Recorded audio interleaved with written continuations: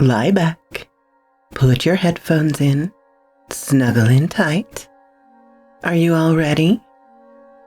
Then let me read you a bedtime story, my dears. Let's begin.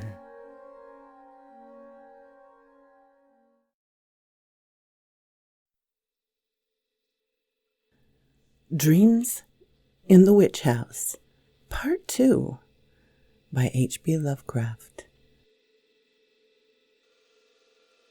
He awakened in the morning of the 22nd with a pain in his left wrist, and saw that his cuff was brown with dried blood.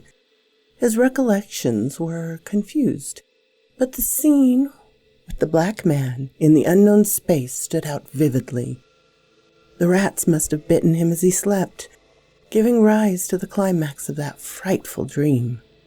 Opening the door, he saw that the flower on the corridor floor was undisturbed, except for the huge prints of the loutish fellow who roomed at the other end of the garret. So he had not been sleepwalking this time. But something would have to be done about those rats. He would speak to the landlord about them. Again he tried to stop up the hole at the base of the slanting wall, wedging a candlestick, which seemed about the right size. His ears were ringing horribly, as with the residual echoes of some horrible noise heard in dreams. As he bathed and changed his clothes, he tried to recall what he had dreamed after the scene in the violet-lidden space, but nothing definite would crystallize in his mind.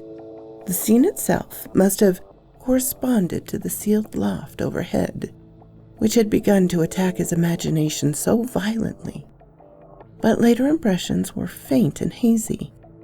There were suggestions of the vague twilight abysses, and of still vaster, darker abysses beyond them, abysses in which all fixed suggestion or form were absent. He had taken there by bubble congeries and the little polyhedron which always dogged him, but they, like himself, had changed to wisps of milky, barely luminescent mist in this, then condensed in this farther void of ultimate blackness. Something else had gone on ahead, a larger wisp, which now, then, condensed into nameless approximations of form, and he thought that their progress had not been in a straight line, but rather along the alien curves and spirals of some ethereal vortex, which obeyed the laws unknown to physics and mathematics of any conceivable cosmos.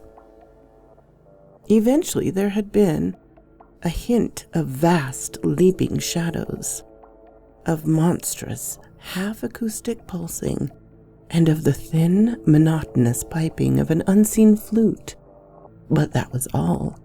Gilman decided he had picked up that last conception from what he had read in the Necronomicon about the mindless entity Azathoth, which rules all time and space from a curious, environ black throne at the center of chaos.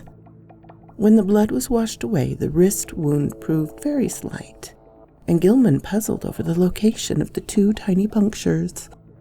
It occurred to him that there was no blood on the bedspread where he had lain, which was very curious in view of the amount of skin and cuff.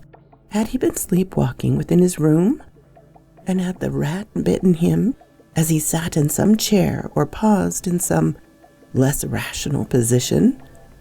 He looked in every corner for brownish drops or stains, but did not find any. He had better, he thought, sprinkle flour within the room as well as outside the door. Though after no further proof of his sleepwalking was needed, he knew he did walk, and all the things to do now was to stop it. He must ask Frank Elwood for help. This morning the strange pulls from space seemed lessened, though they were replaced by another sensation, even more inexplicable. It was a vague, insistent impulse to fly away from his present situation, but held not a hint of the specific direction in which he wished to fly. As he picked up the strange, spiky image on the table, He thought the older northward pull grew a little stronger, but even so it was wholly overruled by the newer and more bewildering urge. He took the spiky image down to Elwood's room, steeling himself against the whines of the loom fixer which welled up from the ground floor. Elwood was in, thank heavens, and appeared to be stirring about. There was time for a little conversation before leaving for breakfast in college, so Gilman hurriedly poured forth an account of his recent dreams and fears. His host was very sympathetic and agreed that something ought to be done. He was shocked by his guest's drawn, haggard aspect, and noticed the queer, abnormal-looking sunburn which others had remarked during the past week. There was not much, though, that he could say. He had not seen Gilman on any sleepwalking expedition, and had no idea what the curious image could be. He had heard the French-Canadian who lodged just under Gilman talking to Marowitz one evening. They were telling each other how badly they dreaded the coming of Walpurgis night, now only a few days off, and were exchanging pitying comments about the poor, doomed young gentleman.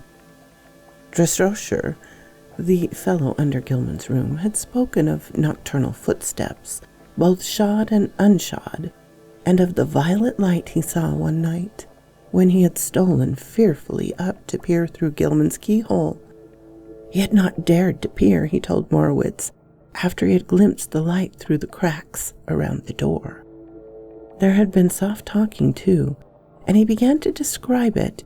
His voice had sunk into an inaudible whisper. Elwood could not imagine what had set these superstitious creatures gossiping, but supposed their imagination had been roused by Gilman's late hours and somnolent walk and talking on the one hand, and by the nameless of tradition, feared May Eve on the other. That Gilman talked in his sleep was plain, and that it was obviously from Droscher's keyhole listening that the delusive notion of the violet dreamlight had got abroad. These simple people were quick to imagine they had Elwood's room and avoided sleeping alone. Elwood would, if awake, rouse him whenever he began to talk or rise in his sleep. Very soon, too, he must see the specialist. Meanwhile, they would take the spiky image around to various museums and to a certain professor's, seeking identification and stating that it had been found in a public rubbish can. Also, Trombowski must attend to the poisoning of those rats in the walls. Braced up by Elwood's companionship, Gilman attended classes that day. Strange urges still tugged at him, but he could sidetrack them with considerable success. During a free period, he shewed the queer image to several professors, all of whom were intensely interested, though none of them could shed any light upon the nature or origin. The night he slept on a couch, which Elwood had had the landlord bringing to the second-story room, and for the first time in weeks was wholly free from disquieting dreams. But the feverishness still hung on, and the whinnies of the loom-maker were an unnerving influence. During the next few days, Gilman enjoyed an almost perfect immunity from morbid manifestations. He had, Elwood said, shewed no tendency to talk or rise in his sleep, and meanwhile the landlord was putting rat poison everywhere. The only disturbing element was the talk among the superstitious foreigners, whose imaginations had become highly excited. Marowitz was always trying to make him get a crucifix, and finally forced one upon him, which he said had been blessed by the good Father Ivaniki. Droscher's, too, had something to say. In fact, he insisted that cautious steps had sounded in the now vacant room above him on the first and second nights of Gilman's absence from it. Paul Chawonsky thought that he heard some sounds in the hall and on the stairs at night, and claimed that his door had been softly tried, while Mrs. Drombeski vowed she had seen Brown Jenkins for the first time since All Hallows. But such naive reports could mean very little, and Gilman let the cheap metal crucifix hang idly from a knob on his host's dresser. For 3 days, Gilman and Elwood canvassed the local museums in an effort to identify the strange spiky image, but always without success. In every quarter, however, interest was intense, for the utter alienage of the thing was a tremendous challenge to scientific curiosity. One of the small radiating arms was broken off and subject to chemical analysis, and the result is still talked about in college circles. Professor Ellery found platinum, iron, and tellurium in the strange alloy, but mixed with these was at least 3 other apparent elements of a high atomic weight, which chemistry was absolutely powerless to classify. Not only did they fail to correspond with any known element, but they did not even fit in the vacant places received by probable elements in the periodic table. The mystery remained unsolved to this day, though the image is on exhibit at the Museum of Miskatonic University. On the morning of April 27th, a fresh rat hole appeared in the room where Gilman was a guest, but Drombowski tinned it up during the day. The poison was not having much effect, for scratchings and scurryings in the wall were virtually undiminished. Elwood was out late that night, and Gilman waited up for him. He did not wish to go to sleep in a room alone, especially since he thought he had glimpsed in the evening twilight the repellent old woman whose image had become so horribly transferred to his dreams. He wondered who she was, and what had been near her rattling tin can in a rubbishing heap at the mouth of a squalid courtyard. The crone had seemed to notice him and leer evilly at him, though perhaps this was merely his imagination. The next day both youths felt very tired, and knew they would sleep like logs when night came. In the evening they drowsily discussed the mathematical studies which had so completely and perhaps harmfully engrossed Gilman, and speculated about the linkage with the ancient magic and folklore, which seemed so darkly probable. They spoke of old Keziah Mason, and Elwood agreed that Gilman had good scientific grounds for thinking she might have stumbled on strange and significant information. The hidden cults to which these witches belonged often guarded and handed down surprising secrets from elder forgotten eons, and it was by no means impossible that Keziah had actually mastered the art of passing through dimensional gates. Tradition emphasized the uselessness of material barriers in halting a witch's motion, and who can say what underlies the old tales of broomstick riding through the night? Whether a modern student could ever gain similar powers from mathematical research alone was still yet to be seen. Success, Gilman added, might lead to dangerous and unthinkable situations, for who could foretell the conditions pervading an adjacent but normally inaccessible dimension? On the other hand, the picturesque possibilities were enormous.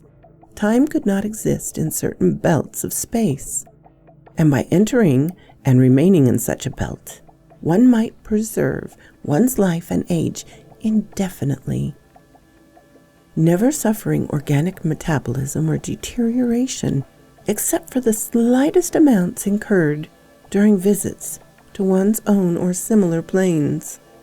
One might, for example, pass into timeless dimension and emerge at some remote point on Earth's history as young as before.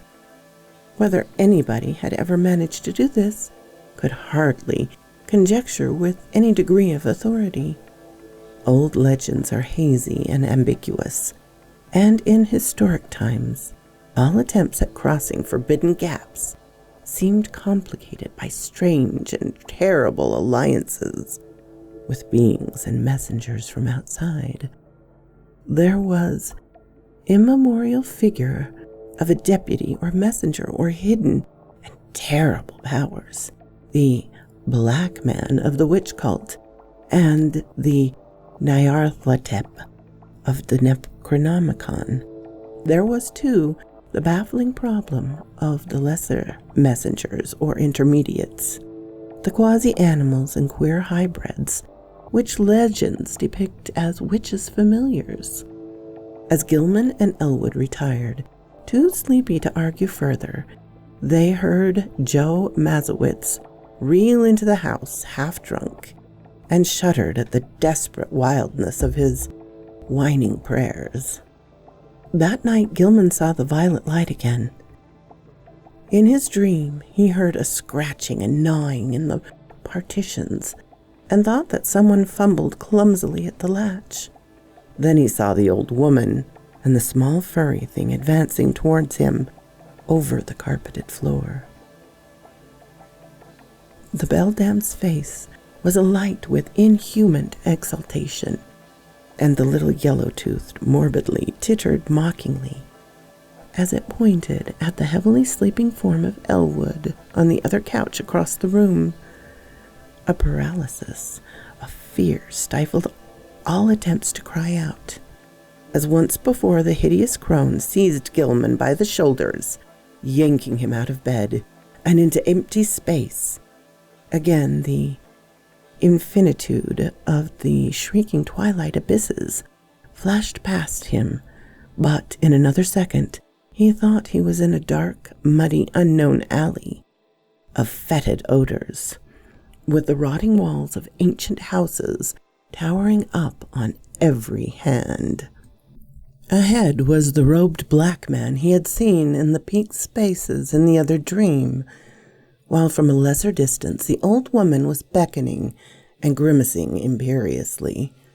Brown Jenkin was rubbing itself with a kind of affectionate playfulness around the ankles of the black man, which the deep mud largely concealed.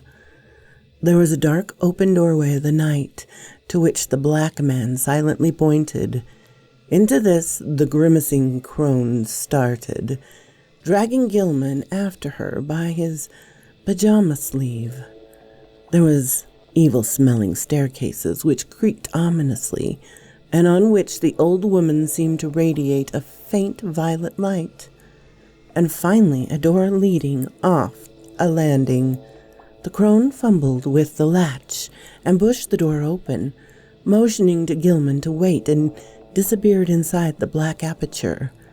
The youth's oversensitive ears caught a hideous strangled cry, and presently the beldame came out of the room bearing a small, senseless form, which she thrust at the dreamer as if ordering him to carry it. The sight of this form and the expression on its face broke the spell. Still too dazed to cry out, he plunged recklessly down the noisome staircase and into the mud outside, halting only when seized and choking by the waiting black man. As consciousness departed, he heard the faint, shrill tittering of the fanged, rat-like abnormality. On the morning of the 29th, Gilman awakened into a maelstrom of horror. The instant he opened his eyes, he knew something was terribly wrong, for he was back in his old garret room with the slanting wall and ceiling, sprawled on the now unmade bed. His throat was aching inexplicably, and as he struggled to a sitting posture, he saw with growing fright that his feet and pajama bottoms were brown with caked mud. For the moment his recollections were hopelessly hazy, but he knew at least that he must have been sleepwalking. Elwood had been lost too deeply in slumber to hear and stop him. On the floor were confused, muddy prints, but oddly enough they did not extend all the way to the door. The more Gilman looked at them, the more peculiar they seemed. For addition to those he recognized as his, there were some smaller, almost round markings, such as the legs of a large chair or table might make, except that most of them tended to be divided into half.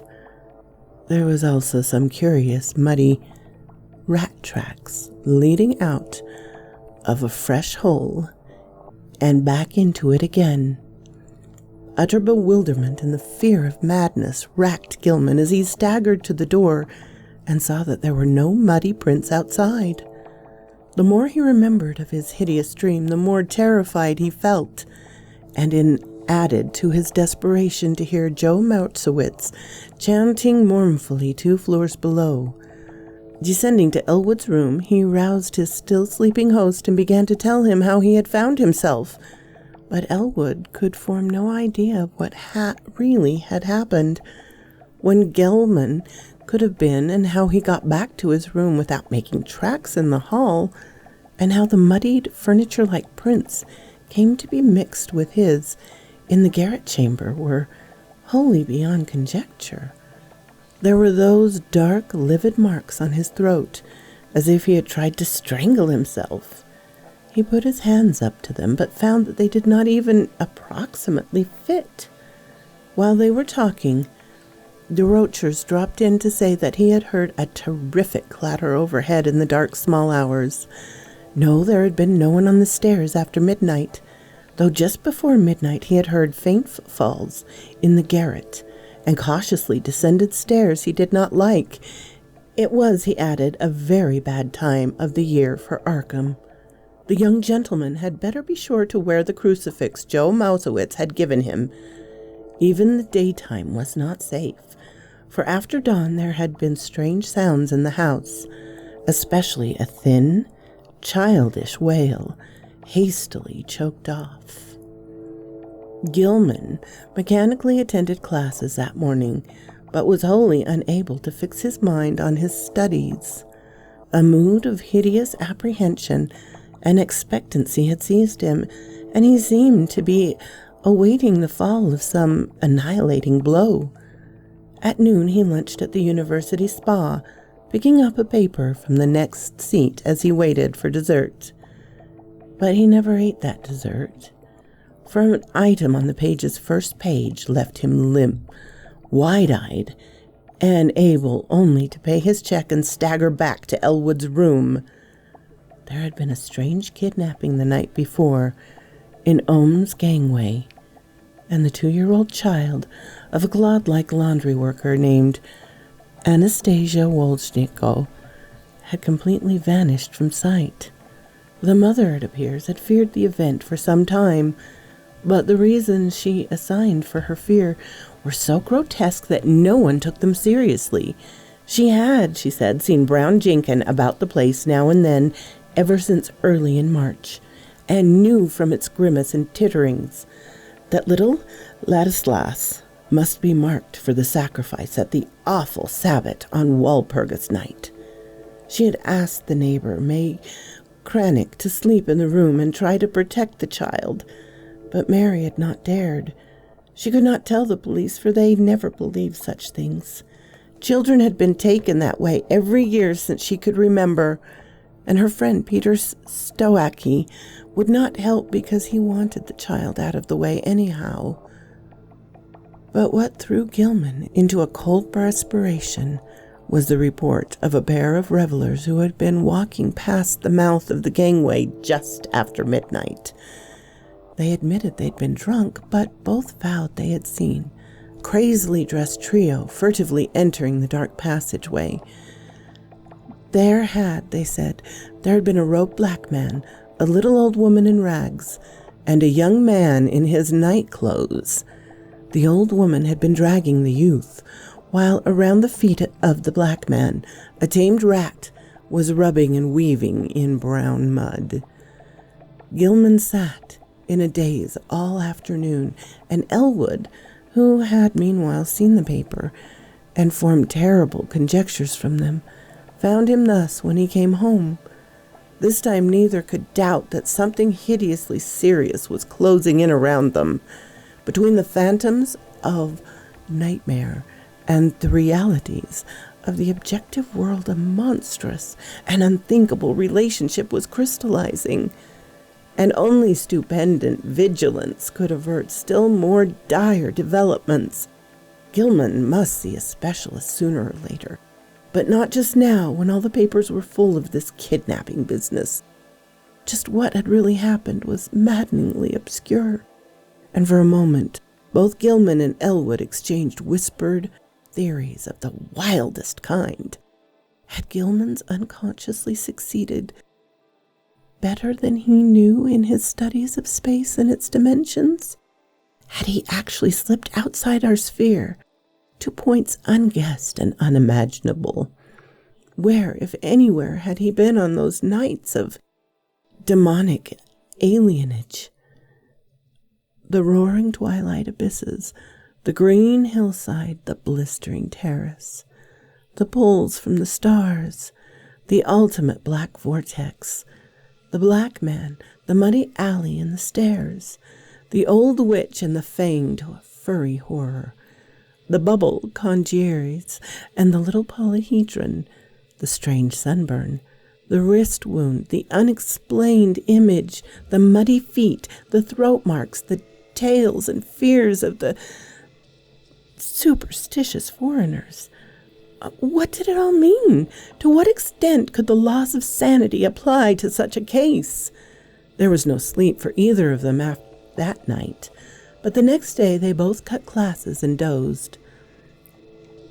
This was April 30th, and with the dusk would come the hellish Sabbath time, which all the foreigners and the superstitious old folk feared. Marowitz came home at 6 o'clock and said people at the mill were whispering that Walpurgis revels would be held in the dark ravine beyond Meadow Hill, where the old white stones stand in a place queerly devoid of all plant life. Some of them even told the police and advised them to look there for the missing Walajakko child, but they did not believe anything would be done.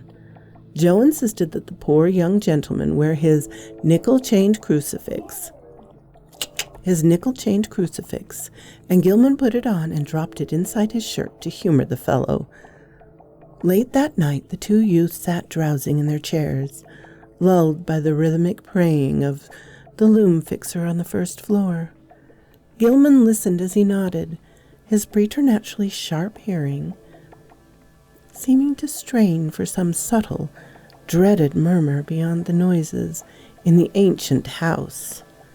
Unwholesome recollections of things in the Necronomicon and the Black Book welled up, and he found himself swaying to infidus rhythms said to pertain to the blackest ceremonies of the Sabbath, and to have an origin outside the time and space we comprehend. Presently he realized what he was listening for, the hellish chants of the celibates in the distant Black Valley. How did he know so much about what they expected? How did he know the time when Nahab and her acolyte were due to bear the brimming bowl which would follow the black cock and the black goat? He saw that Elwood had dropped asleep and tried to call out and waken him. Something, however, closed his throat. He was not his own master. Had he signed the black man's book after all? Then his fevered, abnormal hearing caused the distant, wind-borne notes. Over miles of hill and field and alley they came, but he recognized them nonetheless. The fires must be lit, and the dancers must be starting in. How could he keep himself from going?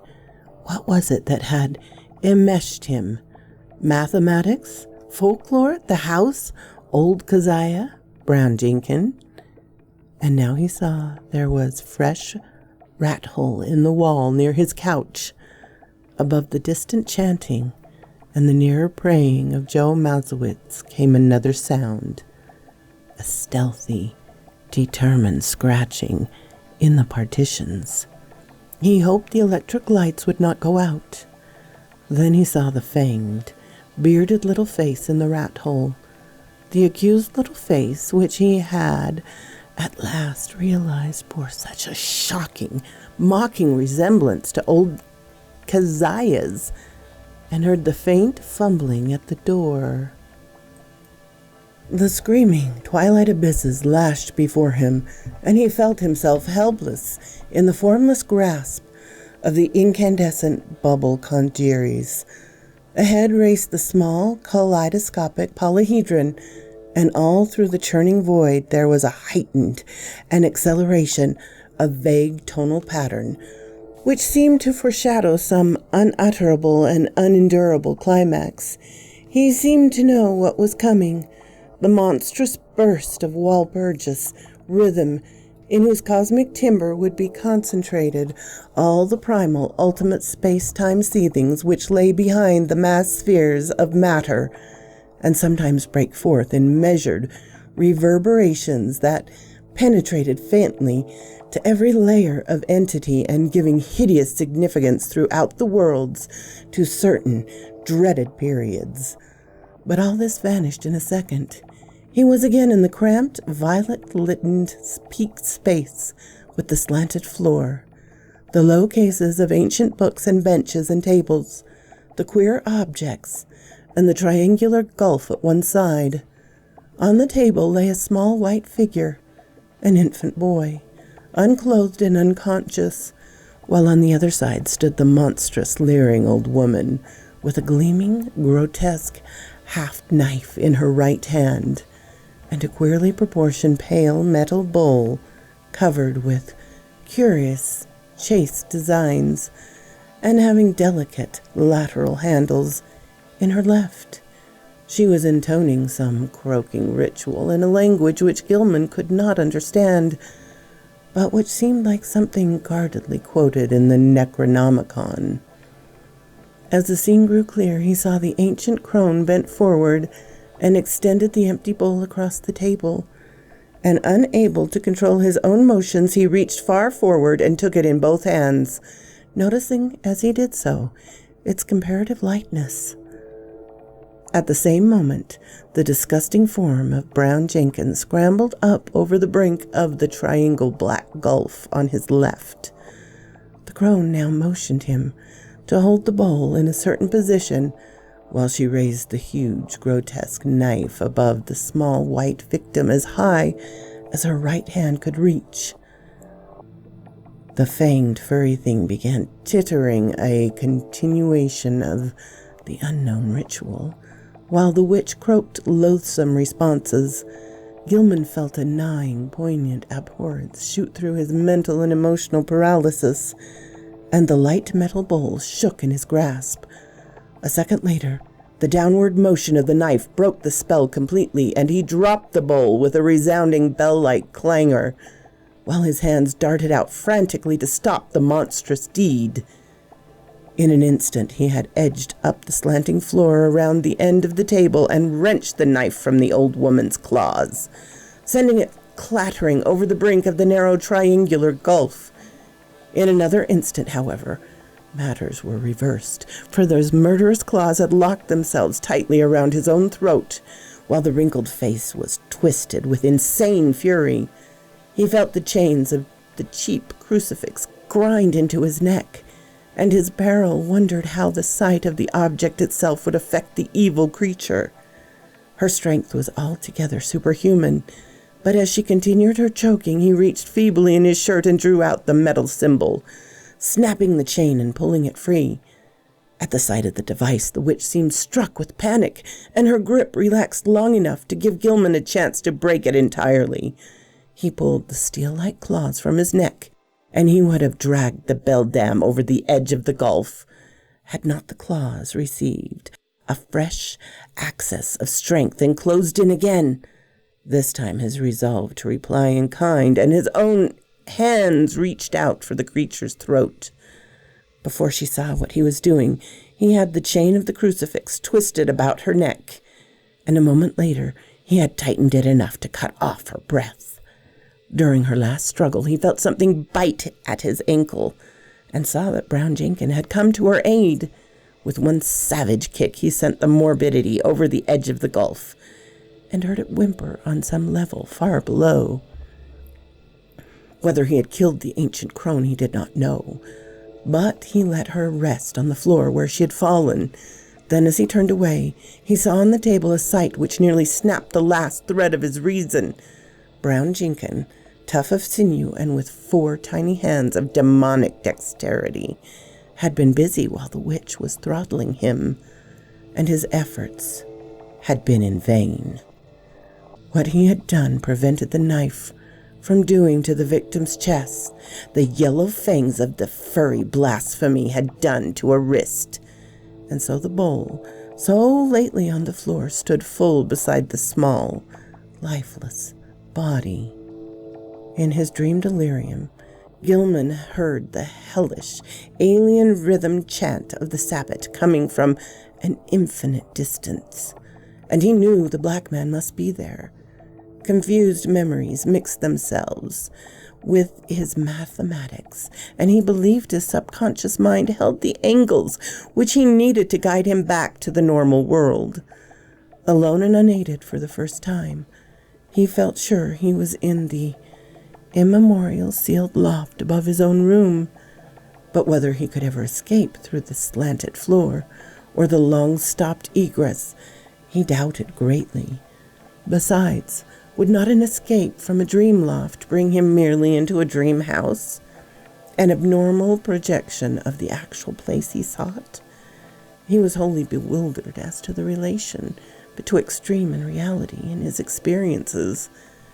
The passage through the vague abysses would be frightful, for the Walburgis rhythm would be vibrating, and at last he would have to hear the hitherto veiled cosmic pulsing, which he had so mortally dreaded. Even now he could detect a low, monstrous shaking, whose tempo he suspected all too well. At Sabbath time he always mounted and reached through to the worlds to summon the initiate to nameless rites. Half the chants of the Sabbath were patterned on his faintly overheard pulsing, which no earthly ear could endure in its unveiled spatial futileness. Gilman wondered, too, whether he could trust his instincts to take him back to the right part of space. How could he be sure he would not land on that green-litten hillside of a far planet, or the telesaded terrace above the city of tentacled monsters somewhere beyond the galaxy, or in the spiral black vortices of that ultimate void of chaos where reigns the mindless demon sultan, Azathoth? Just before he made the plunge, the violet light went out and left him in utter blackness. The witch, old Keziah, Nahab, that must have meant her death. And mixed with the distant chant of the Sabbath and the whispers of Brown Jenkins in the gulf below, he thought he heard another and wilder whine from unknown depths. Joe Mazowitz, the prayers against the crawling chaos, now turned to an inexplicable, triumphant shriek. Worlds of sardonic actuality impinging on vortices of febrile dream. I, Shub-Nagrath, the goat with 1,000 young. They found Gilman on the floor of his queerly angled old garret room long before dawn, for the terrible cry had brought DeRochers and Choyensky and Dombrowitz and Morowitz at once, and even wakened the sound of sleeping Elwood in his chair. He was alive and with open staring eyes, but seemed largely unconscious. On his throat were the marks of murderous hands, and on his left ankle was a distressing rat bite. His clothing was badly rumpled, and Joe's crucifix was missing. Elwood trembled, afraid to even speculate on what new form his friend's sleepwalking had taken. Morowitz seemed half-dazed because of a sign he had said he had in response to his prayers, and he crossed himself frantically when the squealing and whimpering of a rat sounded from beyond the slated partition. When the dreamer was settled on his couch in Elwood's room, they sent for Dr. Malowitzk, a local practitioner who would repeat no tales when they might prove embarrassing, and he gave Gilman 2 hypodermic injections, which caused him to relax in something like a natural drowsiness. During the day, the patient regained consciousness at times and whispered his newest dream disjointedly to Elwood. It was a painful process, and at the very start brought out a fresh and disconcerting fact. Gilman, whose ears had so lately possessed an abnormal sensitiveness, was now stone deaf. Dr. Malowitsky, summoned again in haste, told Elwood that both eardrums were ruptured, as if by the impact of some stupendous sound intense beyond all human conception or endurance. How such a sound could have been heard in the last few hours without rousing all of Miskatonic Valley was more than an honest physician could say. Elwood wrote his part of the colloquy on paper so that a fairly easy communication was maintained. Neither knew what to make of the whole chaotic business, and decided it would be better if they thought as little as possible about it. Both, though, agreed that they must leave this ancient and accursed house as soon as could be arranged.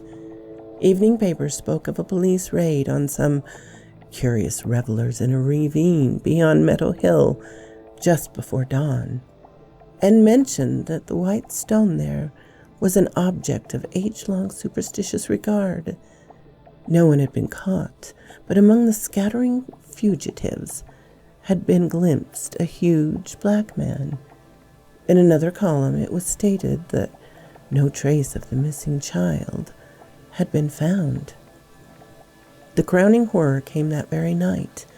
Elwood will never forget it, and was forced to stay out of college the rest of the term because of the resulting nervous breakdown. He had thought he heard rats in the partition all evening, but paid little attention to them. Then, long after he and Gilman had retired, the atrocious shrieking began. Elwood jumped up, turned on the light, and rushed over to his guest's couch. The occupant was emitting sounds of venerable inhuman nature, as if racked by some torment beyond description. He was writhing under the bedclothes, and a great red stain was beginning to appear on the blankets. Elwood scarcely dared to touch him, but gradually the screaming and writhing subsided. By this time, Dombrowski, Choinsky, Droscher, and Marowitz, and the top-floor lodger were all crowding into the doorway, and the landlord had sent his wife back to telephone for Dr. Malowitsky. Everybody shrieked when a large rat-like form suddenly jumped out from beneath the ensanguined bedclothes and scuttled across the floor to a fresh open hole close by. When the doctor arrived and began to pull down those frightful covers, Walter Gilman was dead. It would be barbarous to do more than to suggest what had killed Gilman. There had been virtually a tunnel through his body. Something had eaten his heart out. Dombrowski, frantic at the failure of his constant rat-poisoning efforts, cast aside all thought of his lease, and within a week had moved with all of his older lodgers to a dingy but less ancient house in Walnut Street. The worst thing for a while was keeping Joe Mauzowiski quiet, for the brooding loom-fixer would never stay sober and was constantly whining and muttering about spectral and terrible things. It seems that on that last hideous night, Joe had stopped to look at the crimson rat tracks, which led from Gilman's couch to the nearby hole. On the carpet they were very indistinct, but a piece of open flooring intervened between the carpet's edge and the baseboard. There Malowitz had found something monstrous, or thought he had, for no one else could quite agree with him, despite the undeniable queerness of the prints. The tracks on the floor were certainly vastly unlike the average prints of a rat, but even Choinsky and Drosonsker could not admit that they were like the prints of 4 tiny human hands. The house was never rented again. As soon as Dombrowski left it, The pall of its final desolation began to descend, for people shunned it, both on account of its old reputation and because of the new fetid odor. Perhaps the ex-landlord's rat poison had worked after all, for not long after his departure, the place became a neighborhood nuisance. Health officials traced the smell to the closed spaces above and beside the eastern garret room, and agreed that a number of the dead rats must be enormous. They decided, however, that it was not worth their while to hew open and disinfect the long-sealed spaces, for the fetor would soon be over, and the locality was not one which encouraged fastidious standards. Indeed, there was always vague local tales of unexplained stenches upstairs in the witch house, just after May Eve and Hallowmas. The neighbors grumblingly acquiesced to the inertia, but the fetor nonetheless formed an additional count against the place. Towards the last, the house was condemned as habitation by the building inspector. Gilman's dreams and their attendant circumstances have never been explained. Elwood, whose thoughts on the entire episode are sometimes almost maddening, came back to college the next autumn and graduated the following June.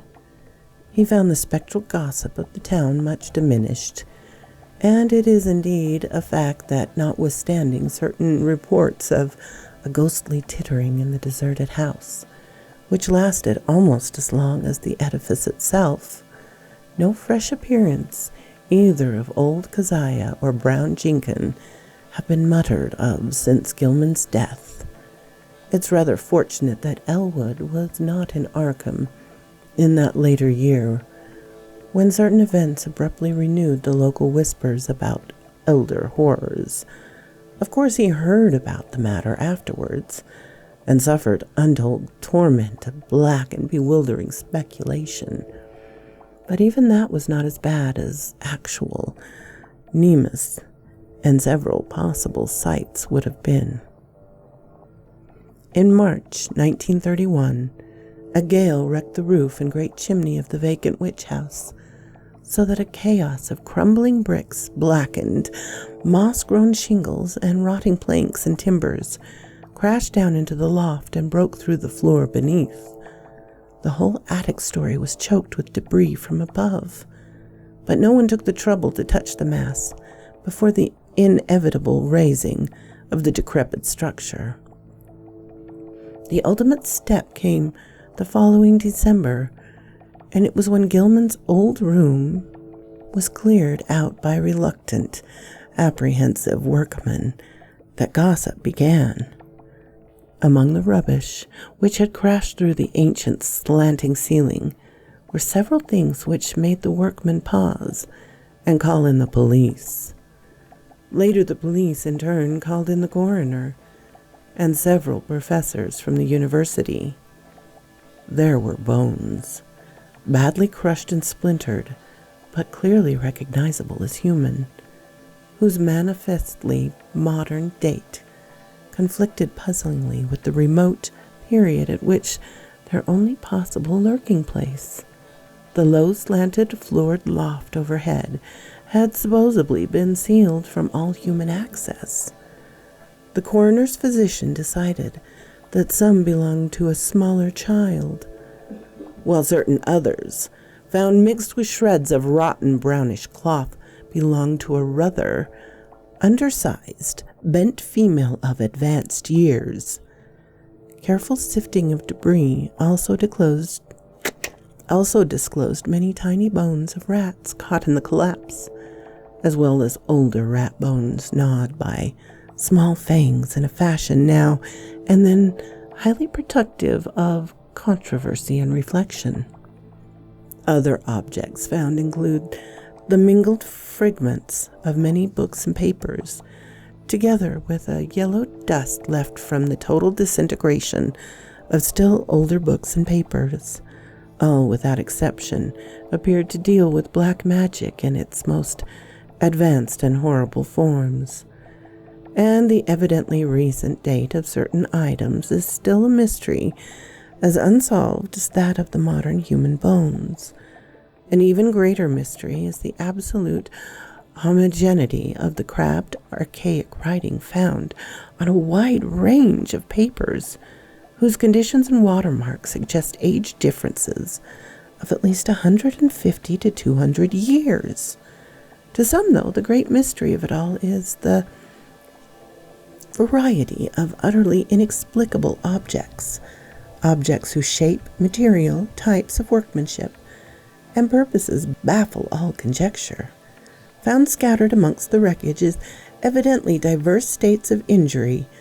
One of these things, which excited several Miskatonic professors profoundly, is a badly damaged monstrosity plainly resembling the strange image which Gilman gave to the college museum, save that it is larger, wrought of some peculiar bluish stone, instead of metal, and possessed of a singularly angled pedestal with undecipherable hieroglyphics.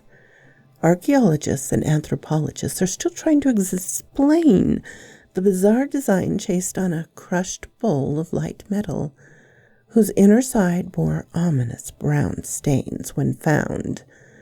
Foreigners and credulous grandmothers are equally garrulous about the modern nickel crucifix, with broken chain mixed in the rubbish, and shrivelingly identified by Joe Mazowiecki as that which he had given poor Gilman many years before.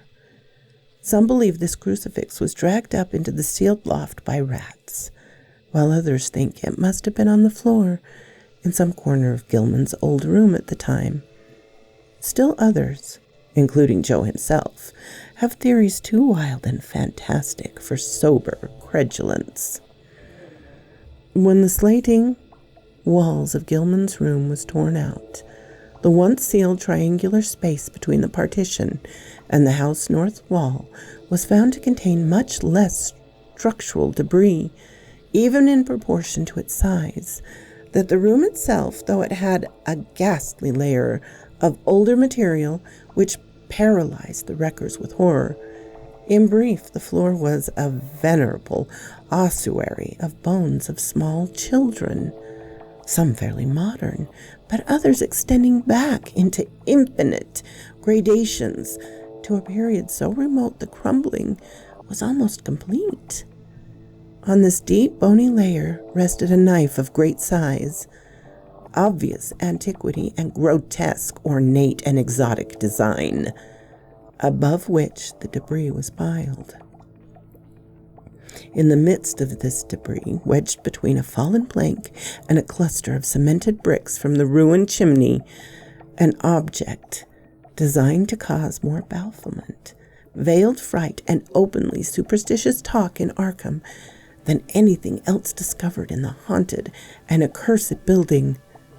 This object was the partially crushed skeleton of a huge, diseased rat, whose abnormalities are still a topic of debate and source of singular reticence among the members of Miskatonic's Department of Comparative Anatomy. Very little concerning the skeleton is leaked out, but the workmen who found it whisper in shocked tones about the long, brownish hair with which it was associated. The bones of the tiny paws, it is rumored, implied prehensile characteristics more typical of a diminutive monkey than of a rat, while the small skull, with its savage yellow fangs, is of the utmost anomalousness, appearing from certain angles like a miniature, monstrously degraded parody of a human skull. The workmen crossed themselves in fright when they came upon this blasphemy, but later burned candles of gratitude in St. Stanislaus Church because of the shrill, ghostly tittering they felt they would never hear again. So quoth this raven. My dears, am I the only one who sees the description of the black man the Vanta black man, it would seem, as a shadow person. Often unknown, or not spoken of in Lovecraft's time, but perhaps so. You never know. People see whatever they see. I do hope you've enjoyed this. I don't know when I will next trip over Lovecraft with my tongue, but I'm going to give myself a break. And we will see what I have for your bedtime reading next week. Thank you so much for coming. I hope you're all tucked up safely in bed and asleep. Nevertheless, my special thanks to my Patreon supporters, Ermin, Darren and Jennifer, Laura, Mutant Artificial Intelligence, Tabby Cat, and of course, Charlotte Emerson.